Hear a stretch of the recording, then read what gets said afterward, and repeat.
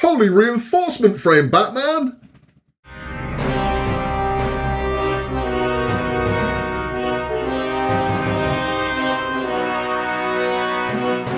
Hello there and welcome back to Building the Boys. We now have issue 51 of Hachette's Batmobile Tumbler. Now in this one we are building the reinforcement frame, which is good. I mean, it's needed, but again, we're not attaching anything to anything else. We are just building a part which we use later on, which should be, I hope be, used in 52. Again, with this one, I mean, the instructions look like a lot, right? Like, we've got all this here, we've got this on the back, we've got, you know, this. We are literally, from what I can see, is we are attaching 4 brackets to a frame. That's exactly what we're doing. So this is 4 screws. So that's what we're doing. Now, I can already see that there are 2 different types of bracket. There's a type A bracket and a type B bracket, and these things look almost identical, right? So we're going to figure out which ones are which, and we're going to make sure we put the right ones in the right place the right way round, because this looks like something that could be easy to get wrong. So that is what we are going to do. Now, this appears to be metal. So the frame appears to be metal, however, the brackets appear to be plastic, so we're using CP screws. But that's all it's going to be. So this is screwing 4 of these to that, and then it should be done.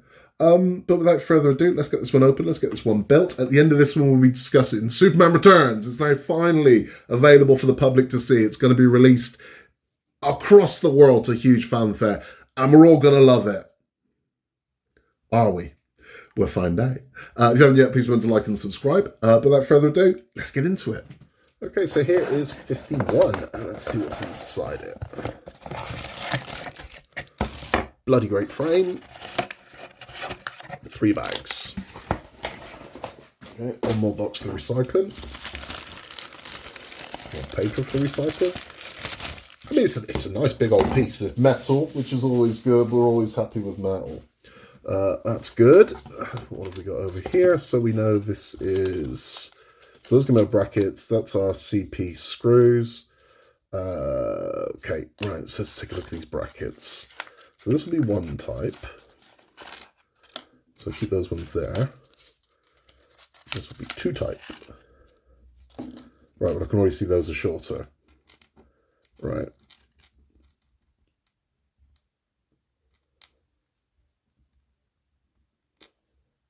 They're bloody hell.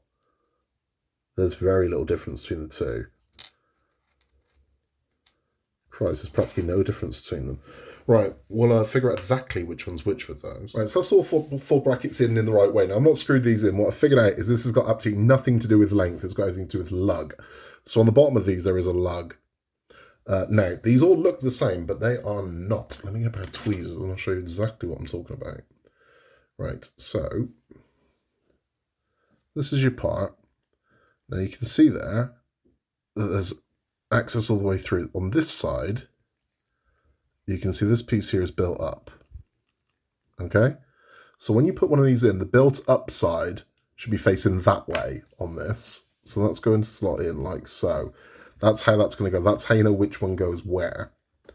That's the way that needs to go. So the more built up side needs to be facing towards these 2 pins at the back. That is where these are going to go. So I'm going to screw these in with the CP screws, and then we'll take a look how we're doing. So there it is. That one's, I mean, it's literally done. So all those are now screwed in, and that's how we're looking. So we're looking all right, right?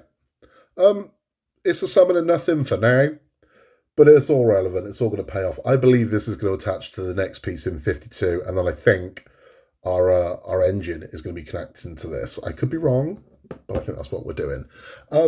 Let's have a chat. So that's that one done. I mean, look, it is what it is. it's brackets to a frame. But it's a big hulking metal piece. It's done. It is weird that we keep getting these bits and we're not attaching them to anything. It is weird. But, it's what it is. It's what it is, right? You would think at some point, we have to start bolting this together at some point. It's no different to what we do with Titanic, So with Titanic, I've received loads and loads and loads of different pieces, but you can see Titanic's starting to come together now.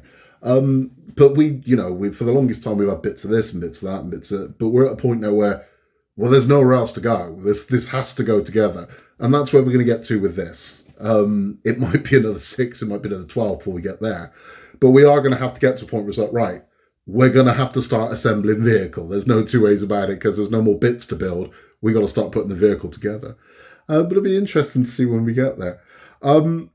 That's all for this one. If you are sticking around for our Bat Chat, we are talking about Superman Returns is now going to be released in box offices everywhere. And it's had really good reviews. The Superman Returns, critics love it. They're all saying it's great. They're saying the action pieces, the set pieces work. They praise Brandon Routh's performance. They praise Lois Lane. They praise Kevin Spacey's performance. So it's all good, right? It's all good. So people are going to love this, right? Yeah, they didn't. And this is the weird thing. So audiences, not so much. The kind of vibe that came back was it was kind of boring. Is what a lot of people had to say about it. It was kind of very low on action. And there was some bits and pieces that people weren't overly thrilled about. The introduction of, Superboy in in Superman's son. People really love that. The fact that it was Kevin Spacey, not Kevin Spacey, Lex Luthor again. People weren't particularly happy about that. The story itself is pretty weak. So Superman Returns, the story is pretty weak. It involves land. It's I don't know, it's one of those ones where I think Phantom Menace had a lot going on with that, where it's like, trade dispute. This one's got that going on, where it's like, he's going to create land, and, now land won't have the value it once had, and we've got Kryptonian. Really? And it was just a bit dull. That's the problem with it. It's not got a lot, it's light on action. And for a superhero movie, you can't be light on action, man. It's the basics. But it was incredibly light on action. It's not a bad film by any means. If it was on and someone said to me it's worth watching, I'd say, yeah, it is. It's a Superman movie. It's worth watching. I think it's out of time is its problem. I think had this movie have been made in 1987 instead of Superman 4, I think we would have been very happy with it. But it wasn't. It was made in 2006, and audiences' tastes have moved on at this point. We want more. We've just been spoilt with the X-Men movies, and we've just had the Spider-Man movies, and we've seen how thrilling and action-packed superhero movies can be, and how effects now have lent themselves to it. That's just not there. And I think part of the problem with that is that Superman himself as a character is of the era. He is one of the first superhero characters. But as a result of that, they made him too overpowered. So it's really difficult to portray that on film when, nothing, what can kill him? Nothing. Who can stop him? No one. What can't he do? Nothing. He can do everything. You're like, okay, well, our heroes need flaws. Our heroes always need flaws. So we always have to find some way now with Superman where, how do we work kryptonite into this? Always, because we need to work in kryptonite somewhere, otherwise he's invincible. We need to find a reason why he can't fight. We need to find you have to shoehorn all of that in to get a decent movie out of it, and that's kind of the problem. And I get the dichotomy of having the most brilliant mind in the world versus the most brilliant body in the world clashing as two villains, but I'd prefer to see him get an out and out fist fight with Bizarro. Is what I'd rather see. I'd like some action in my action movies. I don't think that's asking too much. So people went to see it, but they didn't go to see it, more than once. They certainly didn't come home and tell people, you need to go see this movie.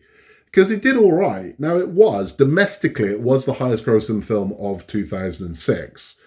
But domestic is not the whole picture. Internationally, it was the 9th highest grossing film of 2006. And it finished its box office run on just over $340 million. Not enough. They spent more than that market. They spent $325 million on this movie. It's made $345 million on this movie. Therefore, it has lost money.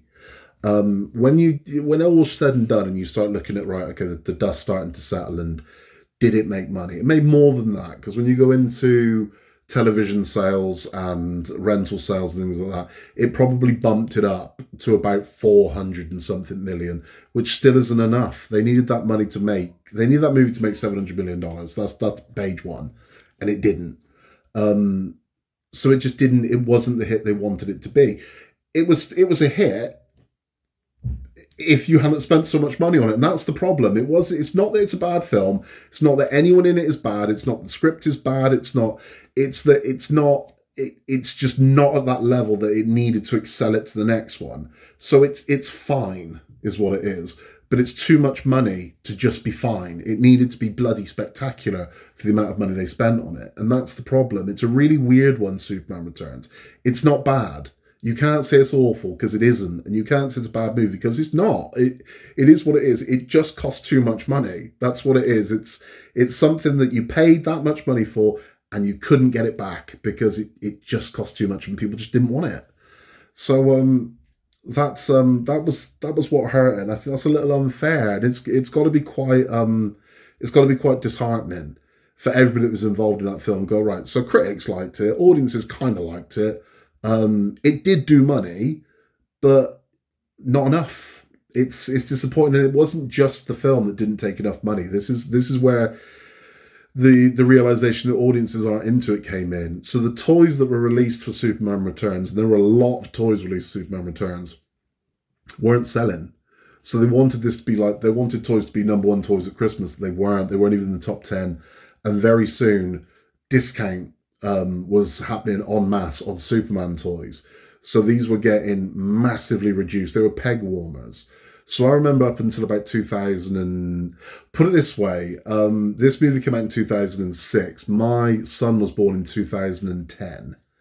In 2012, I remember being in Toys R Us with him, and there was still Superman Returns merchandise on the shelves. 6 years later, they still had costumes and action figures they couldn't move. 6 years after it was released, which tells you pretty much everything you need to know about the success of the Superman Returns merchandise. It just didn't move. So a lot of companies took a bath on it. Toys R Us weren't happy about it. People weren't rushing out to McDonald's to get the promo things for it. So that's what happened. It's almost as if audiences...